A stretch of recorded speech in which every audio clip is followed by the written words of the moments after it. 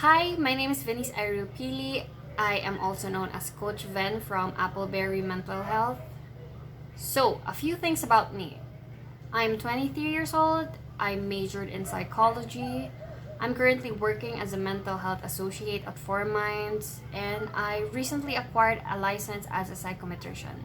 As you can see in the title below, I am also a person living with bipolar disorder. If you're wondering what this video is about, then I'll say it right here and right now. I actually volunteered to have this video posted today on World Bipolar Day because I want to raise awareness about my condition. It's definitely one of the most misunderstood disorders out there, and I know what it's like to be judged just because you have the disorder. I'm pretty sure many people who live with certain health conditions experience this too. Aside from raising awareness, I also want to give people such as myself a platform to freely discuss their experiences without feeling ashamed.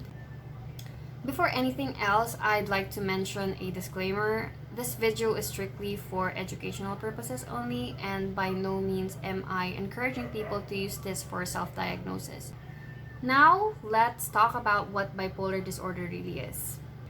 In the DSM-5, or the 5th edition of the Diagnostic and Statistical Manual of Mental Disorders, bipolar-related disorders are under the section called bipolar and related disorders. Generally, a person who is suffering from the said disorder experiences mood episodes or symptoms of the episodes, which are depressive, hypomanic, and or manic episodes. As you may know, our mood levels are typically viewed on a continuum, with depression and mania being the two extremes. Although I have read in some textbooks that there are mental health professionals who would argue that depression and mania may not be on the same spectrum after all, and I'll explain later why that may be the case. So how do we differentiate the episodes? Some of the key symptoms of a major depressive episode are as follows: depressed mood and loss of interest or pleasure. To be certain that the person is suffering from the episode, they would have to experience one of the aforementioned symptoms almost throughout the day and nearly every day for at least 2 weeks straight. Of course, these same symptoms can also be seen in other conditions, so it's really important that a licensed clinician will be the one to formally assess a person. I know the term depressed mood sounds pretty vague, but according to DSM-5, it is indicated by either subjective report, so let's say a person subjectively feels that they are sad or empty for the past few weeks, and it can also be through observation made by other people, for let's say for instance when the people around them have observed that this person appears to be tearful for the past few weeks. Of course, there are other symptoms of depression, such as sleep-related problems, fatigue, difficulties in concentration and making sound decisions, suicidal thoughts, and a lot more. Another mood episode is what we call a manic episode. A person who is known to be experiencing a manic episode will exhibit an abnormally and persistently elevated, expansive, or irritable mood. There's also a notable increase in goal-directed activity or energy. This behavior lasts for at least a week and is present most of the day and nearly every day. Other symptoms of a manic episode may include inflated self-esteem or grandiosity, decreased need for sleep, being more talkative, flight of ideas, excessive involvement in dangerous activities, etc. Now, a hypomanic episode is seen to be the milder version of mania, but it doesn't necessarily mean that it's not as serious as mania. Typically, they differ in the requirement for hospitalization. Those who are undergoing a hypomanic episode normally do not need to be hospitalized. In fact, they are mostly high-functioning and productive individuals, especially when they are able to regulate themselves during an episode. On the other hand, people who undergo mania most likely will require hospitalization due to significant impairment brought about by the episode. It is also possible to experience symptoms of depression and mania at the same time. This is also called as mixed features. As I've said earlier, some have already argued that depression and mania may not be on the same spectrum, and that is because there are people with a condition who have experienced mixed features. Although depression and mania are related, as you can see now, they are actually independent of each other. Now, let's move on to my personal experiences. Who was I before and after my diagnosis? Before I was diagnosed, I was a high school student who performed relatively above the average, actually. I was consistently in the top 10 of my batch, and I tried to be active even with extracurricular activities. Despite all that, I already knew that something was not quite right. At that time, I was already aware of my mood swings. At first, I brushed them off, and that was because I thought it was normal for teenagers. I thought it was because I was going through significant changes as an adolescent. But as time went by, I noticed that these mood swings rather, became more prominent. I was either feeling on top of the world or believing that I really deserved to die. I talked to my mom about it, and she too thought that it was normal for my age and that it would pass. I suggested that I might need psychiatric help because of how the mood swings were starting to cause significant impairment. But, she said that psychiatric help was only for quote unquote crazy people. Of course, my mental health dwindled over time. I became more impulsive, more erratic, and more difficult to deal with. In college, I was performing inconsistently. My parents eventually took notice and they became convinced that I needed help. It was in 2015 when I started seeking professional help, but I was not content with my first therapist, so I also stopped for some time, and it made things worse for me. I was hospitalized a few times because I was not well. I was diagnosed with bipolar disorder by my second and third shrink. After my diagnosis, I was pretty much the same person. The only difference was that I became more educated about my condition and why certain things happened to me. So, how do I know when I'm experiencing normal mood swings and actual mood episodes? I'd say it has something to do with the duration and the degree of impairment. When I get the usual mood swings, it's usually quicker in terms of how my mood shifts. Say, for instance, I'd be happier for some time and then feel angry or sad during the next couple of hours. Mood swings are caused by different reasons. This could be due to certain events, hormonal changes, the environment, etc. On the other hand, mood episodes usually last much longer than our normal mood swings. My most recent depressive episode lasted for almost a year, and my most recent hypomanic episode lasted for almost a month. Personally, I find it harder to identify my hypomanic episodes because they are not as impairing as the other episodes. But I become more certain only when I begin to act impulsively and engage in activities with damaging consequences.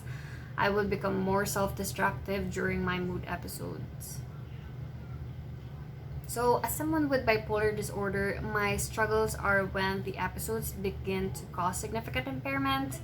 When I had my last depressive episode, it was genuinely difficult for me to get out of bed. I had intense suicidal thoughts, so much so that I even began to plan how to end my life. I frequently isolated myself.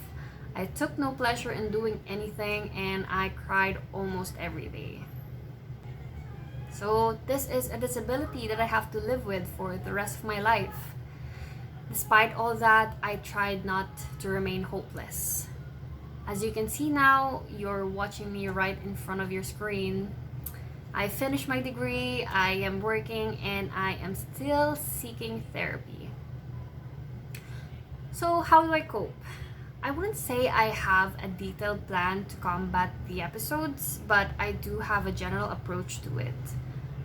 First, with proper education and therapy, I became more understanding of myself. Instead of fighting it, I learned how to live with it. I learned how to let myself experience them. And obviously I hated going through depression and mania, but I knew that the only way to win this was to let myself experience them with full understanding and acceptance.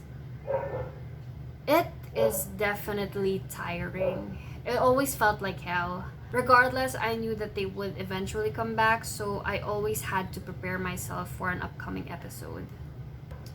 Now I am better at identifying my stressors. I can also identify the initial signs of a depressive episode, and with these, I am able to somehow regulate myself during an episode.